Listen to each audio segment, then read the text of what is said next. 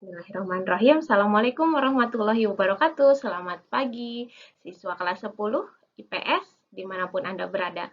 Mudah-mudahan dalam keadaan sehat walafiat, terutama siswa-siswi di SMA Negeri 28 Kabupaten Tangerang. Hari ini kita akan membahas mengenai lanjutan telaah teori KD 3.1 Bumi sebagai ruang, mengenai telaah teori kontraksi dan konveksi. Oke, kita lanjutkan ya. Nah, sebelum masuk pada pembahasan teori kontraksi dan konveksi, yuk kita perhatikan baik-baik fakta yang terlihat di daerah permukaan bumi. Bumi merupakan planet yang memiliki variasi bentuk, permukaannya kasar. Hal ini dapat dibuktikan dari adanya daerah-daerah yang lebih tinggi hingga daerah yang lebih rendah. Ada beberapa tempat cenderung datar dan tempat yang lainnya merupakan daerah pegunungan dan perbukitan. Adanya lembah, jurang, puncak, gunung, lereng, legok laut, ambang laut, hingga palung laut menunjukkan bentuk-bentuk permukaan bumi begitu bervariasi. Terbentuknya variasi permukaan bumi yang beraneka ini pertama kali disebabkan oleh faktor aktivitas alam yang selalu terjadi dari waktu ke waktu. Adanya proses alam di dalam bumi maupun proses alam di luar permukaan bumi semakin menyebabkan variasi perubahan bentuk permukaan bumi. Lalu, bagaimana proses pembentukan bumi tersebut? Secara garis besar, yang kita bahas kemarin ada dua teori, yaitu hipotesis Laurasia, teori pergeseran benua, dan hipotesis Laurasia dan Gondwana. Dan kali ini kita akan menambahkan dengan teori kontraksi dan konveksi yang dikemukakan oleh beberapa ilmuwan mengenai bumi atau permukaan bumi. Bagaimana teori-teori tersebut menjelaskan pembentukan bumi? Yuk, mari kita simak baik-baik. Nah, teori yang pertama adalah teori kontraksi dan pemuaian atau bisa dikenal sebagai contraction and expansion theory. Teori ini disampaikan oleh Descartes tahun 1596 hingga 1650.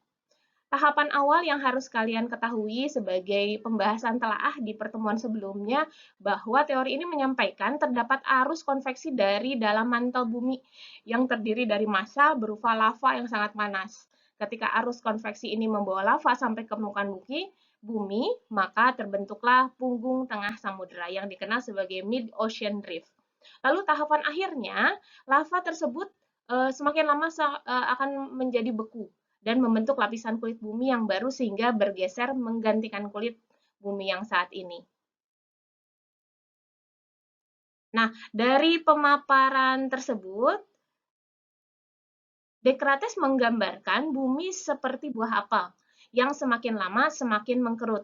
Teori kontraksi ini pun didukung oleh James Dana tahun 1847 dan Elie de Boutman tahun 1852. Keduanya berpendapat bahwa bumi mengalami pengerutan karena terjadi proses pendinginan pada bagian dalam bumi yang mengakibatkan bagian permukaan bumi mengerut membentuk pegunungan dan lembah seperti yang saat ini kita lihat. Nah, ini adalah proses analogi dari teori yang pertama ini. Ya, kita lanjutkan. Bagaimana isi dari teori yang kedua, teori konveksi atau convection theory? Teori ini disampaikan oleh Harry H. Hess yang dikembangkan lebih lanjut oleh Robert Gies. Beliau mengungkapkan bahwa tahapan awal teori ini menyampaikan bahwa bumi terus mengalami penyusutan dari masa ke masa karena adanya proses pendinginan. Akibat dari proses penyusutan ini, permukaan bumi mengkerut, maka terbentuklah relief berupa gunung, lembah, dan daratan. Tahapan akhir pada teori konveksi ini menyampaikan bahwa proses terbentuknya lipatan pada permukaan bumi itu terjadi terus-menerus, sama seperti halnya yang terlihat pada tampilan gambar ini. Lava yang berada di dalam permukaan bumi terus mengalami pergolakan sehingga pengurutan yang terlihat di permukaan bumi akan terus terjadi hingga akhir zaman. Oke, beberapa bukti menyampaikan menunjukkan bahwa terlihat adanya bagian-bagian Mid-Ocean Ridge itu sendiri, seperti Mid-Atlantic Ridge dan Pacific Atlantic Ridge. Ini adalah beberapa tampilan permukaan bumi yang akan lebih detail dibahas pada bab selanjutnya, yaitu bab litosfer.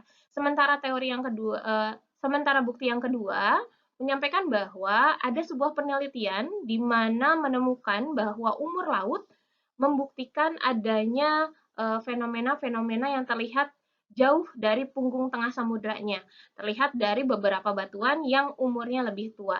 Nah, anak-anak sekalian, untuk dapat memahami ini memang butuh proses. Silahkan Anda bisa mengulangi penayangan video ini berkali-kali sehingga bisa disimpulkan berdasarkan pemahaman kalian masing-masing. Nah, demikian penjelasan kali ini. Mari kita lanjutkan dengan diskusi dan tanya jawab di ruang meeting sebagai persiapan. Siapkan lembar aktivitas yang kemarin.